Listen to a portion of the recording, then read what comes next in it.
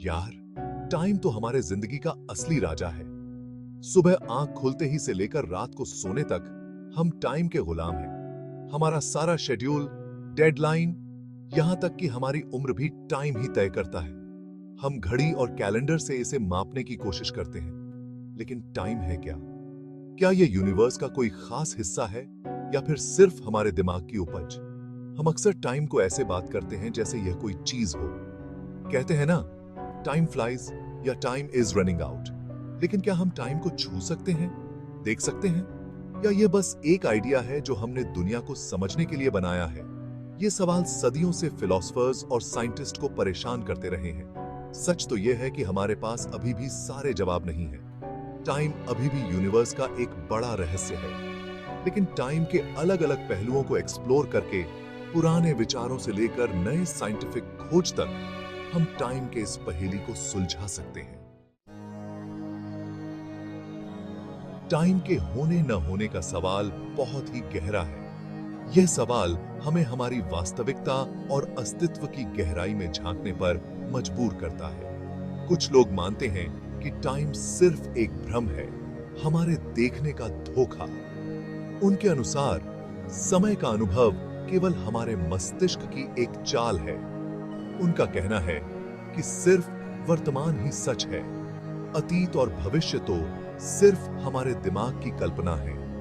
यह विचार हमें सोचने पर मजबूर करता है कि क्या हम वास्तव में समय के प्रवाह को महसूस कर रहे हैं या यह केवल एक मानसिक निर्माण है। दूसरी ओर, कुछ लोगों का मानना है कि टाइम भी स्पेस की तरह ही वास्तविक है और ये दोनों मिलकर एक ही चीज बनाते हैं जिसे स्पेस टाइम कहते हैं। यह विचार हमें एक व्यापक दृष्टिकोण देता है जिसमें समय और स्थान एक ही ताने बाने का हिस्सा है। एक ब्रेड लॉफ की कल्पना करो जिसका हर स्लाइस टाइम के एक क्षण को दर्शाता है। यह दृष्टांत हमें समय के क्षणों को समझने में मदद करता है, जैसे कि हम एक एक स्लाइस को देख सकते हैं। हम अपनी जिंदगी को एक एक स्लाइस करके जीते हैं, अतीत से भविष्य की ओर बढ़ते हुए। यह यात्रा हमें समय के प्रवाह का अनुभव कराती है, जैसे कि हम एक नदी के साथ बह रहे हों। लेकिन क्या हो अगर सारे स्लाइस पहले से ही मौजूद हों, एक कॉस्मिक लॉफ की तरह सजे हुए? यह विचार हमें समय की स्थिरता और उसकी व्यापकता पर विचार करने के लिए प्रेरित करता है। इस विचार को इटर्नलिज्म कहते हैं, जिसके मुताबिक टाइम के सारे क्षण एक साथ मौजूद हैं और हमारा अतीत, वर्तमान और भविष्य का एहसास सिर्फ एक भ्रम है। यह दृष्टिकोण हमें समय की एक नई परिभाषा देता है जिसमें सभी क्षण एक साथ होते हैं। वहीं दूसरी ओर, प्रेजेंटिज्म का कहना है कि सिर्फ वर्तमान ही सच है। यह विचार हमें वर्तमान क्षण की महत्ता को समझने में मदद करता है। अतीत बीत चुका है और भविष्य अभी आया नहीं है। यह दृष्टिकोण हमें समय के क्षणिक और अस्थायी स्वभाव को समझने में मदद करता है। यह विचार हमारे रोज के अनुभव से मेल खाता है, जहां टाइम एक बहती नदी की तरह है जो लगातार आगे बढ़ रही है। यह हमें समय के निरंतर प्रवाह का अनुभव कराता है। लेकिन अगर सिर्फ वर्तमान ही सच है, तो फिर हमारे अतीत की यादें और भविष्य की उम्मीदें क्या हैं? यह सवाल हमें समय की जटिलता और उसकी विभिन्न परतों पर विचार करने के लिए प्रेरित करता है। टाइम की असली प्रकृति को लेकर यह बहस अभी भी जारी है। वैज्ञानिक और दार्शनिक इस प्रश्न पर विचार कर रहे हैं और नए नए दृष्टिकोण प्रस्तुत कर रहे हैं। हमें इसका पक्का जवाब कभी मिले या न मिले, लेकिन इन अलग अलग विचारों को समझकर हम इस मौलिक धारणा की गहराई को जरूर समझ सकते हैं। यह हमें समय की वास्तविकता और उसकी विभिन्न परतों को समझने में मदद करता है। घड़ी और कैलेंडर के आविष्कार से पहले इंसान टाइम का हिसाब लगाने के लिए आसमान की तरफ देखा करता था। वे सितारों, चांद और सूरज की गतिविधियों को ध्यान से देखते थे और उनके आधार पर समय का अनुमान लगाते थे। प्राचीन सभ्यताओं ने सूरज, चांद और सितारों की गतिविधियों को ध्यान से देखा और उनके आधार पर अपने टाइम मापने के तरीके बनाए। उन्होंने इन खगोलीय पिंडों की चाल को समझने के लिए गहन अध्ययन किया और अपने जीवन को व्यवस्थित करने के लिए इनका उपयोग किया। मिसाल के तौर पर सूरज घड़ी एक सरल लेकिन कारगर यंत्र था जो सूरज की स्थिति से समय बताता था। यह यंत्र दिन के समय को मापने के लिए बहुत उपयोगी था और इसे विभिन्न सभ्यताओं में व्यापक रूप से अपनाया गया था। मिस्र के लोगों ने सबसे पहले कैलेंडर बनाए थे जिसमें साल को 12 महीनों में बांटा गया था और हर महीने में 30 दिन होते थे। यह कैलेंडर कृषि और धार्मिक गतिविधियों के लिए बहुत महत्वपूर्ण था।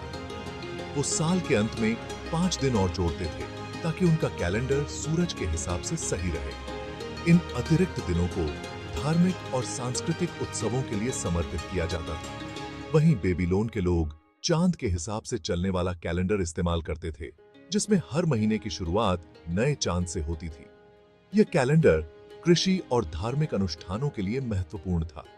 उन्होंने एक बड़ा ही रोचक प्रणाली इंटरकलेशन विकसित की जिसमें समय समय पर अतिरिक्त महीने जोड़े जाते थे ताकि उनका कैलेंडर मौसम के हिसाब से सही रहे। यह प्रणाली बहुत ही जटिल थी और इसे सही तरीके से लागू करने के लिए गहन ज्ञान की आवश्यकता थी। टाइम को मापने के ये शुरुआती प्रयास पूरी तरह सही नहीं थे। इन प्रणालियों में कई खामियां थीं और इन्हें लगातार सुधारने की आवश्यकता थी। बादल वाले दिन सूरज घड़ी काम नहीं करती थी और चांद के कैलेंडर को सूरज के साथ तालमेल बनाए रखने के लिए लगातार बदलाव की जरूरत पड़ती थी। इन चुनौतियों के बावजूद ये प्रणालियां उस समय के लिए बहुत महत्वपूर्ण थीं। फिर भी ये इंसान के द्वारा टाइम को समझने और उसे मापने की दिशा में पहला कदम थे। इन शुरुआती प्रयासों ने भविष्य की उन्नत समय मापने की तकनीकों के लिए नींव रखी और हमें समय की बेहतर समझ दी। जब हम टाइम के बारे में सोचते हैं तो अक्सर अपने पृथ्वी तक सीमित नजरिए से सोचते हैं, लेकिन इस विशाल ब्रह्मांड में कहीं और मौजूद जिंदगी के बारे में क्या ख्याल है? क्या एलियंस टाइम को हमसे अलग तरीके से एक्सपीरियंस कर सकते हैं? इसका जवाब शायद टाइम की प्रकृति में ही छिपा है। जैसा कि आइंस्टाइन के सापेक्षता के सिद्धांत में बताया गया है, टाइम किसी चीज पर निर्भर करता है। अगर कोई चीज तेज गति कर रही है या फिर किसी ब्लैक होल के पास है तो वहां पर टाइम धीरे चलता है। मतलब अगर कोई एलियन किसी ऐसे ग्रह पर रहता है जो किसी ब्लैक होल के चारों तरफ घूम रहा है तो उसके लिए टाइम हमसे बहुत धीरे चलेगा। हो सकता है कि वहां 1 घंटा हमारे यहां के कई सालों के बराबर हो। सोचो कितना अजीब होगा ना ये। हो सकता है कुछ एलियंस टाइम को एक सीधी रेखा की तरह नहीं बल्कि एक चक्र की तरह देखते हो जहां उनका ब्रह्मांड बार बार बनता और बिगड़ता रहता हो। या हो सकता है कि वो किसी ऐसी जगह पर रहते हो जहां अतीत, वर्तमान और भविष्य सब कुछ एक साथ हो रहा हो, हमारी तरह अलग अलग नहीं। हमें अपने आधुनिक घड़ियों और कैलेंडर पर नाज हो सकता है, लेकिन टाइम को समझने और उसके हिसाब से ढलने की क्षमता सिर्फ इंसानों तक ही सीमित नहीं है। समय की यह समझ और इसके साथ तालमेल बिठाने की क्षमता प्रकृति के हर जीव में पाई जाती है। जानवर भी टाइम को समझते हैं और उसके हिसाब से अपने आप को ढालते हैं। उनके जीवन का हर पहलू, चाहे वह भोजन की तलाश हो या प्रजनन, समय के साथ गहराई से जुड़ा हुआ है। उनके अंदर भी मौसम के बदलाव, लंबी दूरी की यात्रा और होने वाली घटनाओं को पहले से भांपने की अद्भुत क्षमता होती है। यह क्षमता उन्हें न केवल जीवित रहने में मदद करती है बल्कि उनके जीवन चक्र को भी संतुलित रखती है। उदाहरण के लिए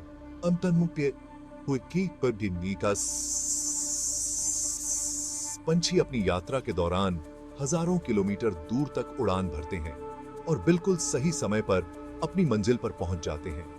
यह यात्रा उनके लिए एक चुनौतीपूर्ण कार्य होती है, लेकिन वे इसे अपनी आंतरिक घड़ी और प्राकृतिक संकेतों के माध्यम से सफलतापूर्वक पूरा करते हैं। वे दिशा का पता लगाने और अपने समय पर बने रहने के लिए अपनी आंतरिक घड़ी, आसमान के तारों और पृथ्वी के चुंबकीय क्षेत्र का इस्तेमाल करते हैं।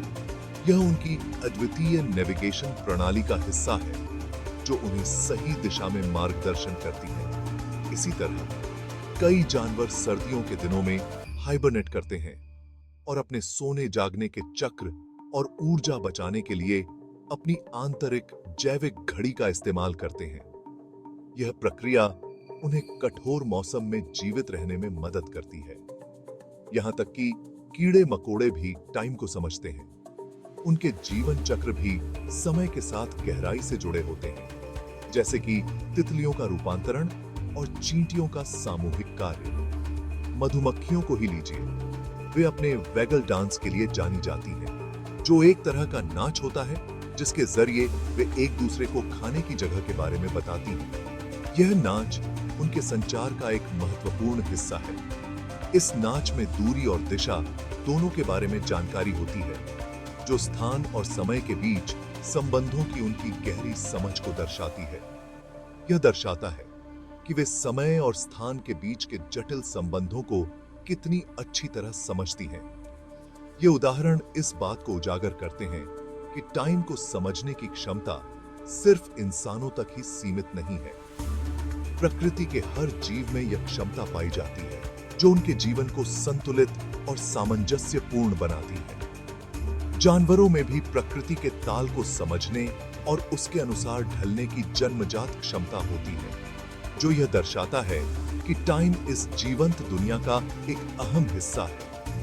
यह तालमेल उन्हें न केवल जीवित रहने में मदद करता है, बल्कि उनके जीवन को भी समृद्ध और संतुलित बनाता है।